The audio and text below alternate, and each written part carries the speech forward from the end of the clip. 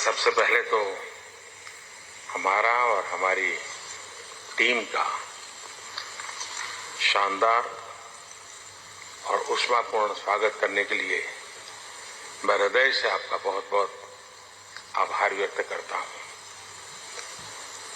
और जैसे आपने कहा, मैं पूरी तरह उसको फील करता हूं। मुझे हमेशा लगा है कि जब मैं आपके पास आया हूं, आप लोगों के बीच आया हूं, तब हमेशा लगा है कि जैसे मैं अपने ही घर में आया हूं, अपने ही परिवार के ही सदस्यों के साथ मैं मिलने आया हूं। ऐसा मैं हमेशा अनुभव कर रहा हूं। और हमारे संबंधों की गहनता ऐसी है, पिछले 7 महीने में हम 5 बार मिले हैं। ये शायद बहुत रेयर होता है। मुझे भी यहाँ 7 बार आने का अवसर मिला है। यानी ये हमारी निकटता है। और हर क्षेत्र में हम लोग जिस प्रकार से आगे बढ़े हैं, और आज भारत और यूएई के बीच में हर क्षेत्र में एक साझी भागीदारी हो रही है। आज भी हम कई महत्वपूर्ण फैसले करने जा रहे हैं। हम यूपीआई मेरा और हमारा जीवन कार्ड, इन दोनों का एक प्रकार से एक नया युग शुरू हो रहा है फिनटेक का, और ये भी अपने आप में बहुत बड़ा है। उसी प्रकार से मैं आपका हृदय से आभार व्यक्त करना चाहूंगा कि आप समय निकाल करके मेरा निमंत्रण स्वीकार करके मेरे होम स्टेट आए। वाइब्रेंट गुजरात समिट को आपने एक नई ऊंचाई दी और उसके कारण उसका गौरव भी बढ़ा है। विश्व में उस इवेंट की भी प्रतिष्ठा बढ़ी है। तो आपका आना और आपने वहां जो उद्बोधन किया, वो आज भी हमारे देश के लोगों के लिए बड़ा प्रेरक है, उत्साहवर्धक है। मैं इसके लिए भी आपका आभारी हूं। आपकी भारत के प्रति जो लगाव है और आपकी यूएई के उज्जवल भविष्य के लिए जो विजन है, उसका एक उदाहरण मैं देख रहा हूं। यहाँ बीएपीएस का मंदिर बनना, आपके सहयोग के बिना ये संभव ही नहीं था। और मेरी पहली मुलाकात थी, मैंने सिंपली आपको रिक्वेस्ट की कि जरा आप देख लीजिए, और पलक झपकते ही आपने उसका निर्णय करके मुझे बता दिया कि आप बस जगह पर ऐसे उंगली रख दीजिए, आपको जगह मिल जाएगी।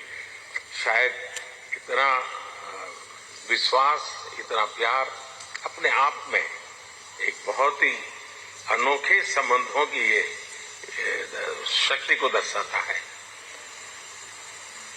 ब्रदर, मैं ये भी खुशी की बात है आज कि हम लोग बायलैटरल इन्वेस्टमेंट ट्रीटी करने जा रहे हैं। इसका भी एक लंबा प्रभाव होने वाला है। और मैं मानता हूं, खास करके G20 समूह के देश हैं, उनके लिए भी एक बहुत बड़ी खबर बनेगी है कि यूएई और भारत इस महत्वपूर्ण दिशा में आगे बढ़ रहे हैं। आईमेक में जिस प्रकार से आपका सहयोग मिला है, आपने आईमेक को आगे बढ़ाने की दिशा में जो काम किया है, वो मैं मानता हूं पूरे इस क्षेत्र के लिए उसको जोड़ने का तो काम करेगा ही, लेकिन आर्थिक विकास के एक नए द्वार खोलेगा। हमारी आने वाली पीढ़ियां जरूर इस आईमेक को लेकर के सोचेगी कि ऐसे भी हमारे प्रेसिडेंट थे कि जिन्होंने दुनिया को दिशा दिखाई और इतना बड़ा महत्वपूर्ण कार्य आने वाली पीढ़ियों के लिए आपने किया है। आदरणीय हाइनेस, मैं ब्रदर ये भी कहूंगा कि आज जो हमारे भारतीय समुदाय का जो एक पब्लिक इवेंट हो रहा है, मुझे बताया गया कि हजारों की तादाद में लोग आ रहे हैं। ये आपके सहयोग के बिना, आपके प्यार के बिना संभव नहीं है। और इसके लिए भी मैं हृदय से आपका बहुत बहुत आभार व्यक्त करता हूं।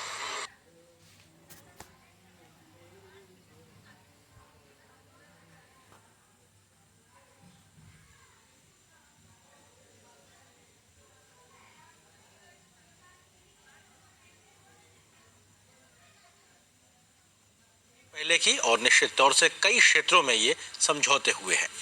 जी हाँ, दोनों ही लीडरशिप ने एक दूसरे के साथ दोनों देशों के संबंधों के बेहतरी और आगे बढ़ते मजबूत होते संबंधों के बारे में भी विस्तार से बात की। प्रधानमंत्री नरेंद्र मोदी ने अपने एक तरह से ओपनिंग रिमार्क्स में उन्होंने बहुत साफ कहा, यूएई के क्राउन प्रिंस को धन्यवाद किया अपनी पूरी टीम के गर्मजोशी से स्वागत के लिए। उन्होंने ये भी कहा कि ये 7वीं यात्रा है उनकी यूएई की, और जब जब वो यूएई आते हैं उन्हें ऐसा लगता है कि वो अपने ही घर आए हैं, अपने घर वालों के बीच आए हैं।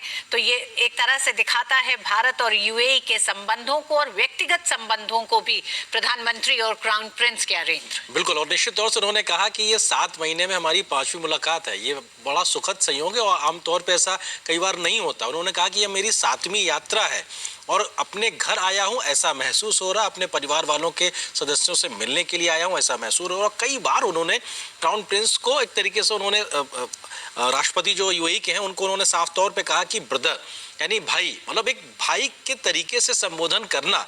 जो बात आप ऋतु कह रही केमिस्ट्री, वो दिखाता है कि दोनों देशों के प्रमुख मौजूद हैं, वो राजनेता हैं, लेकिन उसके बाद भी उनके बीच की आपसी जो घनिष्ठता है, मित्रता है, वो भाईचारे तक बढ़ती दिखाई पड़ रही है। और भाई के तरीके से उनको संबोधित करना ये भी अपने आप में दिखाता है कितनी बड़ी चीज है। प्रधानमंत्री नरेंद्र मोदी की हर यात्रा ने दोनों देशों के लोगों को कुछ ना कुछ नया दिया है, और नरेंद्र यही देखा गया कि इस यात्रा में भी अबू धाबी उतरते ही जो सबसे पहली एक तरह से दोनों देशों के बीच आर्थिक मजबूती रही वो यूपीआई के इस्तेमाल की रही है। यूपीआई भारत का और जीवन कार्ड फिनटेक को आगे बढ़ाते हुए दोनों देशों के संबंधों को और मजबूत करता हुआ, हम जानते हैं कि भारत के यूपीआई का डंका इस समय दुनिया में बज रहा है, और अब से 2 दिन पहले नरेंद्र मॉरिशस और श्रीलंका के साथ भी भारत ने यूपीआई के सहयोग को बढ़ाया है, और इस समय 2 दर्जन से ज्यादा देश हैं जहां यूपीआई का इस्तेमाल किया जा रहा है, तो उसमें यूएई भी शामिल हो गया है। और ये कई नए बड़े अवसर